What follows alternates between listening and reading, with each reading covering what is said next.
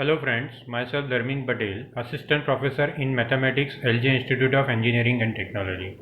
This is the fifth lecture of the Laplace transformation. In previous lectures of Laplace transformation, we studied how to find the Laplace transformation by definition, how to find the Laplace by using special functions formula, how to find Laplace transformation with shifting property, how to apply derivative on Laplace transformation, how to apply integration on Laplace transformation, how to find the Laplace transformation of integral functions. Now we will discuss Laplace transformation of periodic function. If ft is periodic function of period t where t is any positive real number, then Laplace of ft is given by this formula, Laplace of ft equal to integration 1 upon 1 minus e raised to minus st integration 0 to t e raised to minus st ft dt. This is the actually Laplace by definition, as well as we are applying the property of the periodic function. Now take the one example, Laplace of ft equal to t square between 0 to 2, and ft is two periodic function, that is f of t plus 2 is ft. Now for this function we are applying periodic property of the Laplace, Laplace of ft equal to 1 upon 1 minus e raised to minus ts integration 0 to t e raised to minus st ft dt. This is the Laplace of periodic function. Now we are putting the value of t, that is two periodic function, and then ft equal to t square. Laplace of t square equal to 1 upon 1 minus e raised to minus st integration 0 to 2 e raised to minus st t square. Now we will apply integration by parts rule for this integration. So first part, 1 upon 1 minus e raised to minus 2s is as it is, and now we apply integration by parts here. Then t square as it is, e raised to minus st upon s minus derivative of t square is 2t into second time integration of e raised to minus 2s, that is minus st is e raised to minus st upon minus s square, plus again derivative of 2t is 2 into e raised to minus st upon minus s whole cube, limit is 0 to 2. Now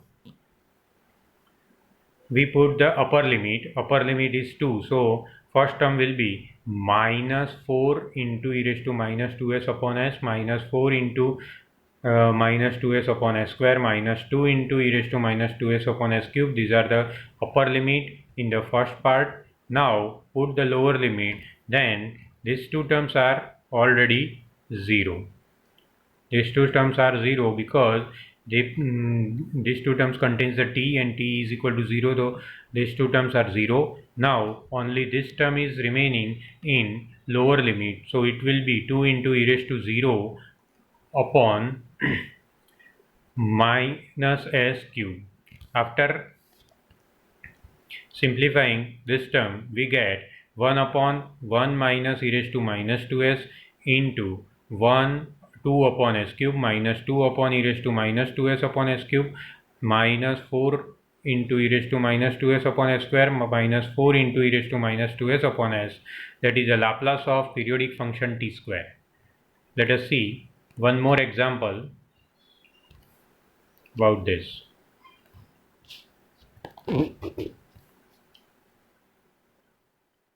Find the Laplace of mod sine omega t where t is greater than or equal to 0 and f of t plus pi by omega equal to f of t. That means our function is pi by omega periodic function. Here our function of the period of the function is pi by omega. Now we apply the formula of Laplace of periodic function. This is the formula of Laplace of periodic function. Here period is pi by omega t, pi by omega, and ft is sin omega t. So we put the t equal to pi by omega and ft is sin omega t. Then our function will be Laplace of periodic function is this. Now we apply the formula of integration. E raised to minus st sin omega t is e raised to minus st upon s square plus omega square into minus s sin omega t minus omega cos omega t, and upper and lower limit is 0 to pi by omega. Now in the next step we will solve the limits. First of all, we put the upper limits. That will be e raised to minus pi s by omega upon s square plus omega square into minus s pi sin pi minus omega cos pi, because when we put the limit t equal to pi by omega, then omega omega will be cancelled here and remaining term will be pi.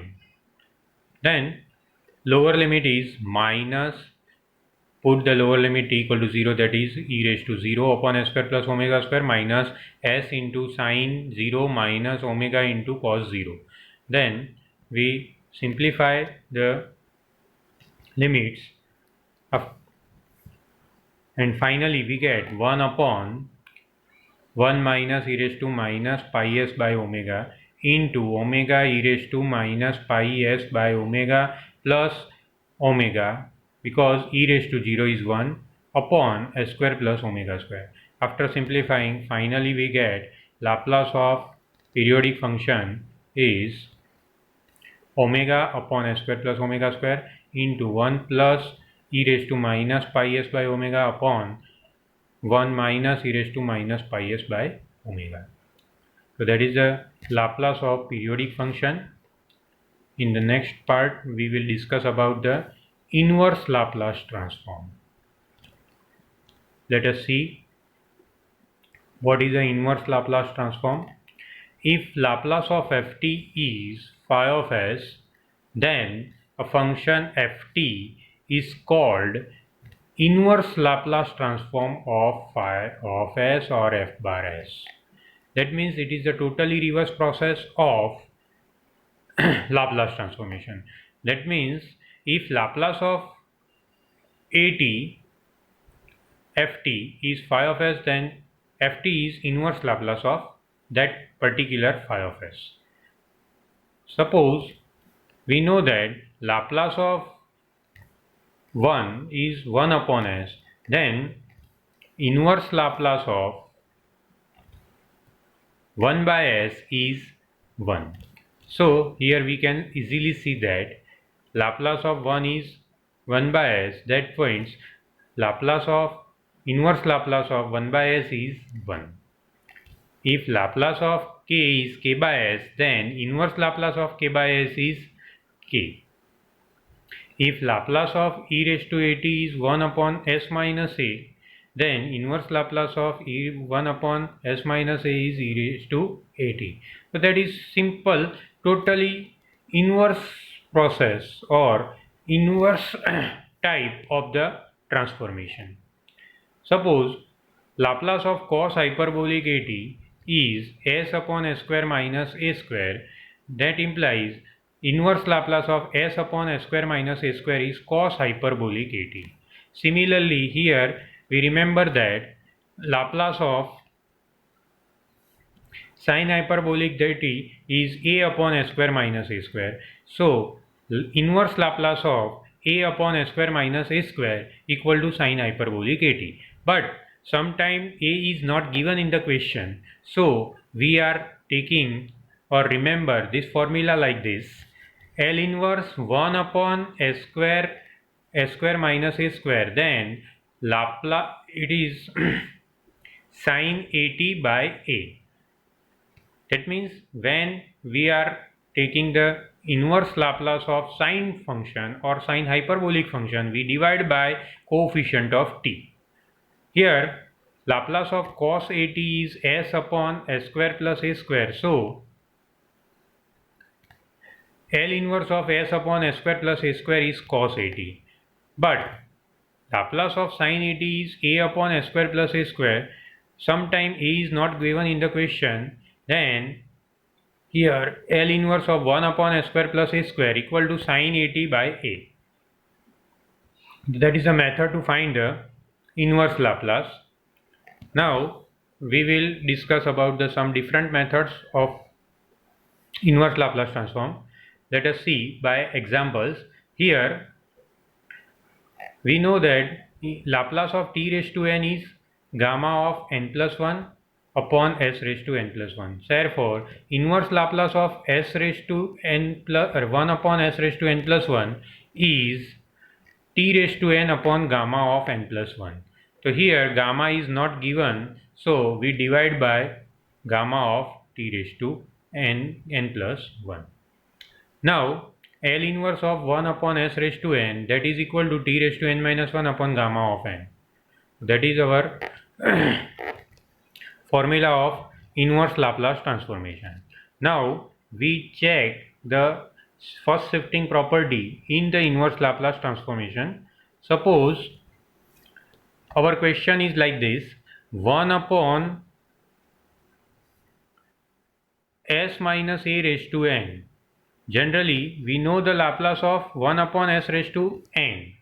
But here we have a s is replaced by s plus s minus a or s plus a. Then it is a property of shifting theorem. For shifting theorem, here s is replaced by f. If s minus a is replaced by s, then we have a 1 upon s raised to n. And we know the Laplace of 1 upon s raised to n is t raised to n minus 1 upon gamma n minus 1. This is the Laplace of 1 upon s raised to n.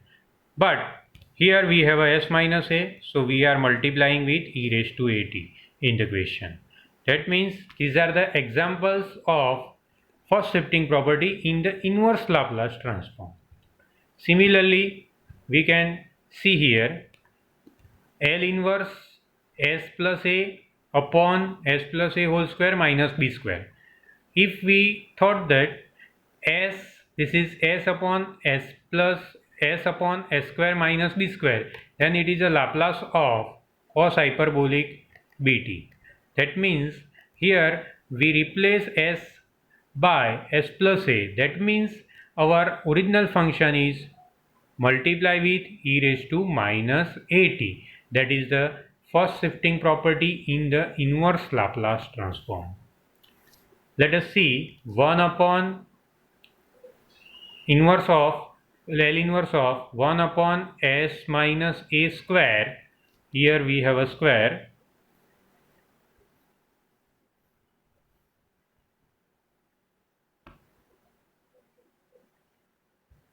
Then it is a Laplace of e raised to at sine hyperbolic bt upon b with shifting property. Similarly, 1 upon s plus a whole square plus b square, that is a Laplace of sine bt upon b, and that is multiply with e raised to minus at. That means L inverse of 1 upon s plus a whole square plus b square is e raised to minus at sine bt upon b. Similarly, s minus a upon s minus a whole square plus b square is Laplace of e raised to at into cos bt. That means L inverse of s minus a upon s minus a whole square plus b square is equal to e raised to at cos bt. Here we can see some simple example. If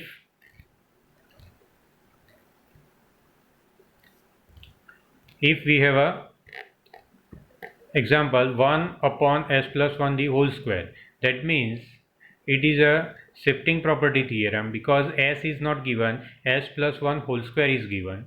If 1 upon s square, then we know that its Laplace is t. But here we have a s is replaced by s plus 1, so we are applying e raised to minus t into t gamma 2. That is the first shifting property, and t e raised to minus t is our final answer. Now we will see some examples of inverse Laplace transformation. Here let us see L inverse of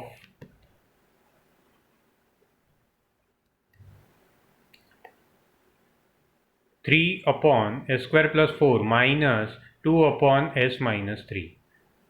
3 common outside, 1 upon s square plus 4 minus 2 L inverse of s minus 3. We know the Laplace of sin at is 1 up a upon s square plus a square, but here we given that 1 upon s square plus 4, that means it is a Laplace of sin 2t by 2. Here it is given, it is a Laplace of sin 2t by 2 into 3 minus 2 e raised to 3t. So that is our inverse Laplace of given question. Now let us see one more example. L inverse of 5 upon s plus 5 minus s upon s square minus 9 plus 1 upon s raised to 3 by 2. We separate the L inverse, then L inverse 5 upon s plus 5 minus L inverse s upon s square minus 9 plus 1 of L inverse 1 upon s raised to 3 by 2. We know the L inverse of 1 upon s plus 5 is e raised to 5t minus cos hyperbolic 3t, because this is the Laplace of cos hyperbolic 3t, therefore its inverse Laplace is cos 3t, and plus t raised to 1 by 2 upon gamma of 3 by 2. We know the gamma of n equal to n minus 1 into gamma of n minus 1. That means we apply the property here, other terms are as it is. So final answer of the n gamma of 1 by 2 is root pi. Therefore final answer of the question is 5 times e raised to minus 5t minus cos hyperbolic 3t plus 2 into root t upon root pi. Similarly, we can find other examples. We can see the other examples like this. Here we will take one more example. L inverse of s upon s square plus 6s plus 3. Here we divide 13 into two parts, 9 plus 4.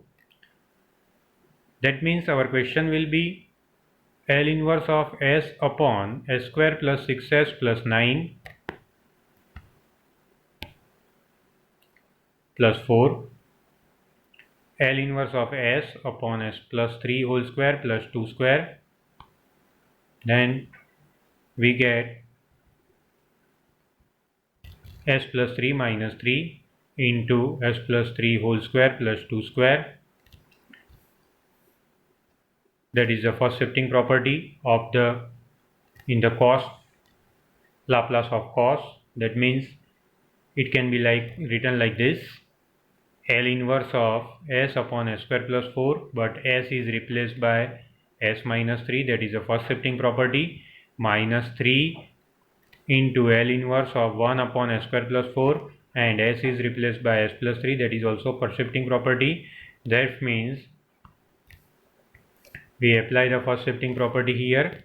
So s e raised to minus 3t is the first shifting property in the question, because s is replaced by s plus 3, and here also we have a first shifting property. That means final answer of the L inverse of 1 upon s square plus 6s plus 13 is e raised to minus 3t by 2 into 2 cos 2t minus sin 2t.